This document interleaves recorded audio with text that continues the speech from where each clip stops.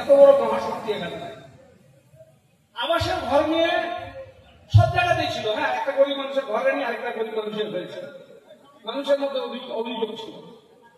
সেই অভিযোগ নিয়ে আমরা বলেছি সরাসরি মুখ্যমন্ত্রীকে ফোন করব। সরাসরি মুখ্যমন্ত্রীকে ফোন করা হয়েছে। সারা রাজ্যে আমরা কুচবিহার জেলায় প্রথমে 1,20,000 ঘর পেলাম, 12 লাখের মধ্যে 1,20,000 ঘর কুচবিহার। কুচবিহারের প্রতি মানুষের মমতা বন্দ্যোপাধ্যায়ের আশীর্বাদ, মমতা বন্দ্যোপাধ্যায়ের ঠেলে দেওয়া মানসিকতা। 1,20,000 ঘর 12 লক্ষের মধ্যে।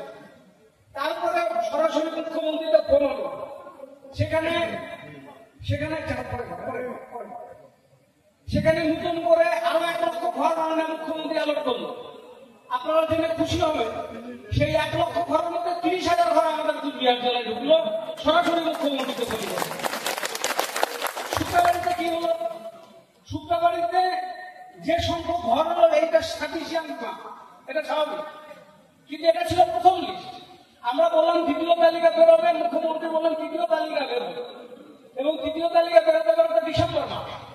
যদি মে মাসের তালিকাতে না থাকে, ডিসেম্বরের তালিকাতে না থাকে, তাহলে তাকে 2026-এর নির্বাচন পর্যন্ত অপেক্ষা করতে হবে।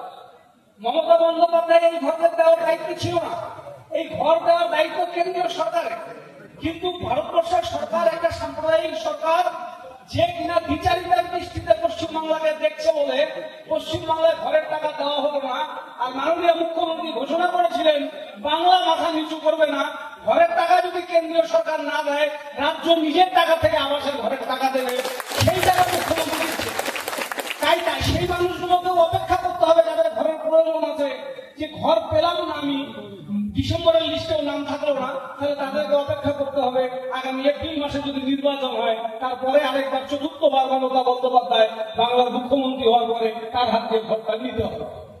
শুক্রাবাড়ি অঞ্চলে যে ঘরটা এলো, কেউ কেউ রাস্তায় নেমে 4 ঘন্টা পথ অবরোধ করে বলছেন আমাদের ঘর আসা নেই।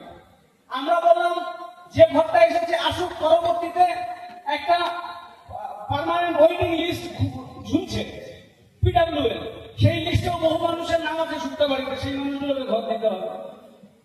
সেই মানুষগুলো ঘর পাবে, তারপরে লিস্টে ঘর পাবে, কিন্তু না, কিছু বলা হয়তো 5% ঘরের নাম কাটবে, এবং এই পঞ্চায়েতের কাছে সেই লিস্টটা যাওয়ার কথা, তার বুথে কার কার নাম কাটতে হবে সেটা গ্রাম পঞ্চায়েত মেম্বারই ঠিক করে দেবে। যারা আমাদের ভোটে বিরোধিতা করেছে 2024-এ, সেই লোকগুলোকে নিশ্চয়ই আমরা ঘর দেবো না।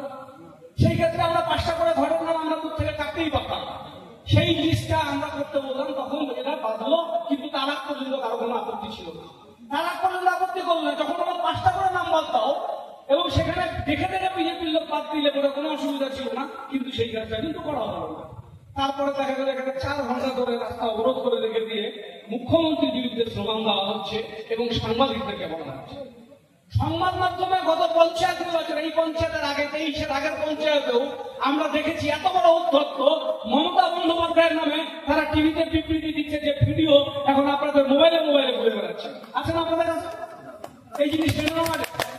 দল করবো মমতা বন্দ্যোপাধ্যায়ের বিরুদ্ধে স্লোগান দিব, চিৎকার করবো, পার্টিটা আপনার বুঝবে না, পার্টির সব চোখ চারটা, আর নিজেরা সাধু বলে নিজেরা যারা দাবি করেন তারা দেখা যাচ্ছে নিজেদের মাথা পর্যন্ত ডুবিয়ে দিয়েছেন দুর্নীতিতে, তাদেরকে নিয়ে আমাদেরকে দল করতে হবে। এই রাষ্ট্র আমরা দিই।